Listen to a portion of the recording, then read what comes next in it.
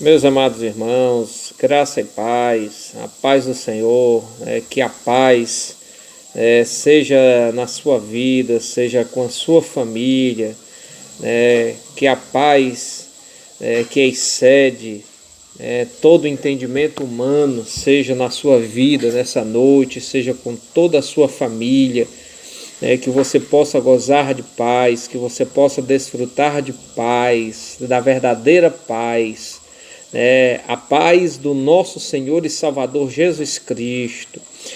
Queridos, eu queria fazer uma breve reflexão com vocês hoje sobre a história de Ana. Diz a palavra do Senhor que houve um homem da região de Efraim, que chamava Eucana, e ele tinha duas mulheres. Então tinha Ana, que era uma mulher, e tinha a outra, que era Penina. Naquele tempo podia se pegar e ter duas mulheres.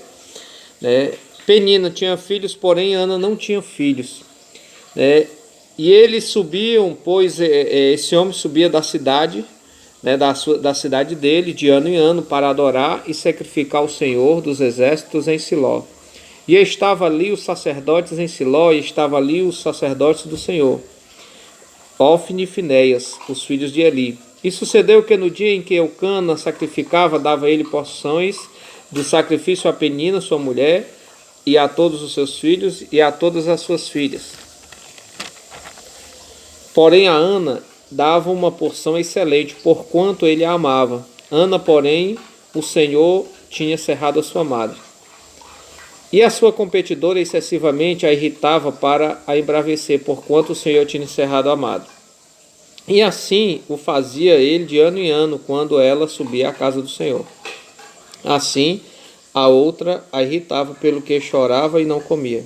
Então Eucana, seu marido, lhe disse: Ana, por que choras? E por que não comes? E por que está mal o teu coração? Não te sou eu melhor do que 10 filhos? Então Ana se levantou, depois que comeram e beberam em Siló, e Eli, o sacerdote, estava assentado numa cadeira, junto a um pilar do templo do Senhor.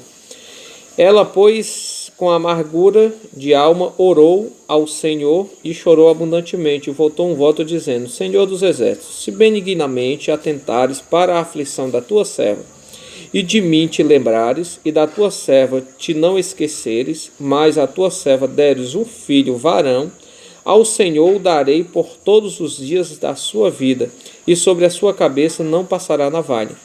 E sucedeu que, perseverando ela em orar perante o Senhor, Eli fez atenção à sua boca, porquanto Ana no seu coração falava, e só se moviam os seus lábios, porém não se ouvia a sua voz, pelo que Eli a teve por embriagada. E disse ele, Eli: Até quando estarás tu embriagada? Aparta-te do teu vinho? Aparta de ti o teu vinho? Porém Ana respondeu e disse: Não, Senhor meu, eu sou uma mulher atribulada de espírito. Nem vinho nem bebida forte tenho bebido, porém tenho derramado a minha alma perante o Senhor. Não tenhas, pois, a tua filha por serva de Belial, porque da multidão dos meus cuidados e do meu desgosto tenho falado até agora. Então respondeu Eli e disse: Vai em paz, e o Deus de Israel te conceda a tua petição que lhe pediste. E disse ela: Acha a tua serva graça em teus olhos. Assim a mulher se foi o seu caminho, e comeu, e o seu semblante já não era triste. Amados irmãos, nós sabemos muito bem, hoje mesmo, até na nossa cultura ocidental, ocidental de hoje, muitas vezes você casa, alguém foi dado em casamento, tomado em casamento, casou e tal. Alguém fica perguntando: por que? Cadê? Não vai ter filho, não vai dar filho, cadê? Não vai me dar um neto, não vai me dar uma neta, tal, essas coisas. E naquela época nós sabemos que a mulher que não dava filhos ao seu marido e filhos homem, ela era por demasiadamente discriminada. Agora imagina Ana. Ana era estéril, nem filho homem e nem filha mulher ela dava ao seu marido. E aquela outra mulher rival, que naquele tempo podia ter mais de uma mulher, a sua rival, que era Penina, ela dava filhos todos os anos ao seu marido. E ela usava isso para irritar a Ana. ela usava isso, né, ficava excessivamente, né, excessivamente ela ficava perseguindo Ana, em discriminar Ana e em causar raiva a Ana, porque Ana não dava filho ao seu esposo, Eucana, e ela, Penina, dava. E Ana era a mulher que era amada. Né? Então o seu esposo, quando eles iam sacrificar, para você ter uma ideia, ele dava porções do sacrifício à Penina, dava aos filhos e às filhas, porém a Ana ele dava aquela porção mais excelente. Né? Mas ele via aquele coração abatido, aquela amargura, ele via aquela coisa que tocava o coração dele por ver aquela mulher tão amargurada, tão triste. E ele se dirige a Ana e diz o seguinte, no versículo 8, né? Ana, por que choras? E por que não comes? Né? E por que está mal o teu coração? Não te sou eu melhor do que 10 filhos? Então veja que a amargura do coração de Ana era tão grande ao ponto dela nem conseguir se alimentar. Ela nem conseguia comer pela maneira que ela estava tão abatida. A maneira que aquela situação abatia, a maneira que aquela situação afligia o seu coração. Mexia com o seu sentimento. Ou seja, mexia com a sua alma. Né? E aí ela pega, deixa tudo e ela vai ao templo. E ela vai chorar diante de Deus. E ela vai fazer uma petição a Deus. Olha, Senhor, se tu benignamente atentares para a tua serva, e tu de mim se lembrares, né? E se tu me der um filho homem, varão, navalha não subirá na cabeça dele, mas ele te servirá por todos os dias da sua vida, tal, blá, blá, blá. Eli está ali do lado, né? E vê aquela mulher de joelho, e aquela mulher que não falava, não saía voz da sua boca. Veja o tamanho da amargura dela. Né? Ela foi orar, mas nem a voz, nem o clamor a Deus, nem um pedido de misericórdia a Deus conseguia sair da boca daquela mulher. Veja o tamanho da sua angústia. Né? Como ela estava angustiada. Né? Como ela estava abatida, ferida. Né? Como aquilo machucava, maltratava, né? E às vezes a tua vida não é diferente da vida de Ana. Tem coisas na sua vida, né? Não só pela questão do que nós estamos vivendo com essa pandemia, né? Que contaminou, bem dizer, quase todas as nações, o mundo inteiro, né? E todas as pessoas em todas as nações, governos, pessoas, vidas independentes de credos, independente de raça, opção sexual, religiosa, de questão de classe A, B, C ou D, ou seja qual for a classe, né, foi afetado por essa pandemia.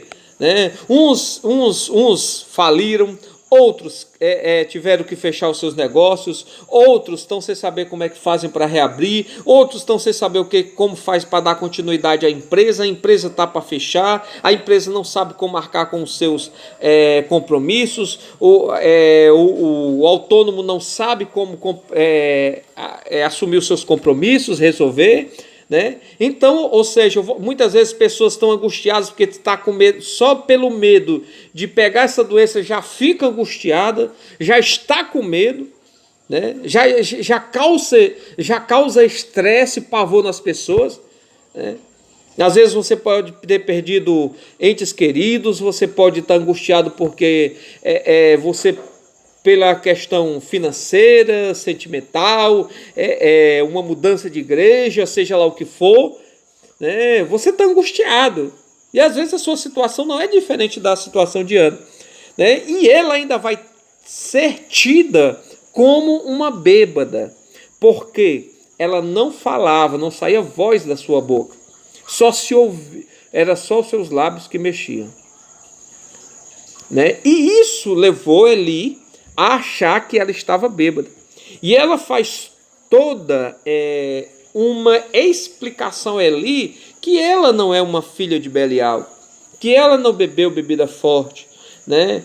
Que ela está ali, né? Simplesmente da multidão dos cuidados, do desgosto dela, ela está falando até agora. E aí ele diz para ela: vai em paz e o Deus de Israel conceda a tua petição. E disse ela: acha a tua serva graça aos teus olhos. Assim a mulher se foi o seu caminho e comeu, seu semblante já não era triste. Né? Olha que coisa linda, querido. Ana não engravidou naquela hora. Não, ela não se deitou com seu esposo ali no templo, né? Para ver a concepção de uma vida, né? Ela também não foi Virgem Maria que concebeu do Espírito Santo. Mas a alegria dela se deu por uma coisa chamada fé. É que quando nós nos derramamos verdadeiramente, como Ana se derramou na presença de Deus, e nós cremos no sobrenatural, ainda que você não veja, mas você confia e sabe que Deus é Deus para mudar a tua história e para mudar o teu estado. E que da maneira que você vai a Deus, você não volta vazio.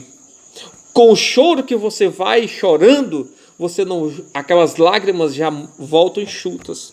A angústia que vai no teu coração, a tua alma que vai pisada, massacrada, abatida, ela já não volta assim. A desesperança volta em esperança, né? A falta de paz volta com paz. E o que não havia mais sentido, volta havendo sentido, né?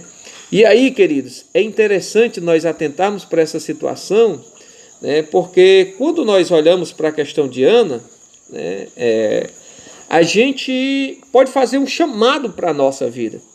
A gente não pode desistir, né, dos nossos sonhos. A gente não pode desistir dos nossos sonhos, né? Ana, a mulher de Eucana, né, era uma mulher estéril. Ela não dava filhos ao seu marido, mas ela sonhava, né, o seu sonho era ser o quê? Mãe. Ela tinha um sonho na vida dela. E o sonho era o quê? Ser mãe, né? Mas ela era mãe? Não. Ao contrário de ser mãe, né, a rival dela provocava ela, né? O sacerdote chamou ela de bêbada e seu marido disse que ele era melhor do que 10 filhos para ela. Veja que situação, meu irmão. E o sonho dessa mulher, como é que está o sonho dessa mulher? Ela desistiu desse sonho? Não. Ana, porém, não desistiu de ser mãe. Ela não desistiu do sonho dela. O nosso problema às vezes está, querido, que às vezes a gente quer desistir tão fácil. A gente desiste de tudo tão fácil. A gente desiste dos nossos sonhos, dos planos, dos projetos que Deus tem para as nossas vidas. E às vezes, querido, a gente desiste tão fácil. A gente não pode desistir, querido. Ainda que tudo diga que não. Se você confiar na graça e na misericórdia de Deus, Deus pode mudar o teu estado e a tua história não continuará como ela está, né? Ou seja, e ela faz o quê? Ela ora, né? Ela orou, chorou e derramou a sua alma diante de Deus. Ela derramou a sua alma diante de Deus. Ela prometeu a Deus que se recebesse um filho varão, o consagraria ao Senhor por todos os dias da sua vida. Ou seja, ela mostrou uma coisa importante também aqui. Humildade. Humildade, né? Aquilo que Deus nos dá, a graça que Deus nos concede, o favor imerecido de Deus que Ele nos dá, que é a sua graça, né? Querido, é para nós abençoarmos vidas, é para nós abençoarmos pessoas, é para nós abençoarmos a obra de Deus, é para nós abençoarmos ao Senhor, né? É para nós sermos bênção, né? Para quê? Para o pobre, para o necessitado, para o órfão, para a viúva, né? Para o desempregado, para o desamparado, né? Para aquele que está precisando de um prato de pão, para aquele que está precisando de um abraço, de uma palavra amiga, uma palavra de salvação, né? Ana, ela prometeu aqui a Deus que se Deus desse aquele varão, ele ia ser de Deus. Olha que humildade linda nessa mulher, né? E Deus, ou seja, Deus ouviu a oração de Ana, né? Ela tomou posse da promessa de Deus e coabitou com seu marido, né? Deus se lembrou de Ana, ela concebeu e deu à luz a Samuel, o maior profeta e sacerdote da sua geração. Ou seja, Samuel marcou toda uma geração de profetas. Ele marcou. Olha só, querido, que coisa linda. Para a mulher que não tinha condição de ter filhos, Deus não só dá um filho a ela, mas levanta ele como profeta, e ele pega e ele é o maior profeta. Ele marca aquela geração profética da sua época, né, da sua geração naquele tempo. Querido, não desista dos seus sonhos. Deus é poderoso para torná-los realidade. O Deus de Ana é também o seu Deus. Não desista, não pare de crer, não pare de adorar, não pare de lutar. Os sonhos de Deus para a sua vida jamais vão morrer. Deus é contigo, Deus é fiel. Confia no Senhor, espera nele, alegra o teu coração. E amanhã, quem sabe amanhã talvez, tu já não estará mais tão triste, abatido, amargurado e sem esperança. O tempo de Deus não é o nosso tempo. E quando nós passamos por desertos, por dificuldades, quando nós atravessamos desertos, simplesmente Deus está fazendo uma coisa interessante. Deus está nos preparando para uma grande obra. Deus está nos preparando para uma grande obra, para coisas grandes. E Deus não vai fazer coisas grandes, Deus não vai entregar coisas grandes, nem realizar coisas grandes em quem Ele não preparou. O deserto, querido, a dificuldade, como toda aquela dificuldade de Ana, que ela passou, que ela sofreu, né? Que ela foi abatida, amargurada, né? Que ela foi afligida por quem competia com ela, né? Por quem desprezava ela, se converteu em uma grande vitória, em um grande cântico de vitória, um novo cântico. Ou seja, Deus mudou a história. Não desista dos seus sonhos. Não desista dos seus sonhos. Creia no Senhor, confie no Senhor. E em nome de Jesus, Deus vai mudar a tua história. Os sonhos de Deus para a tua vida, eles não morreram. Deus te abençoe em nome de Jesus.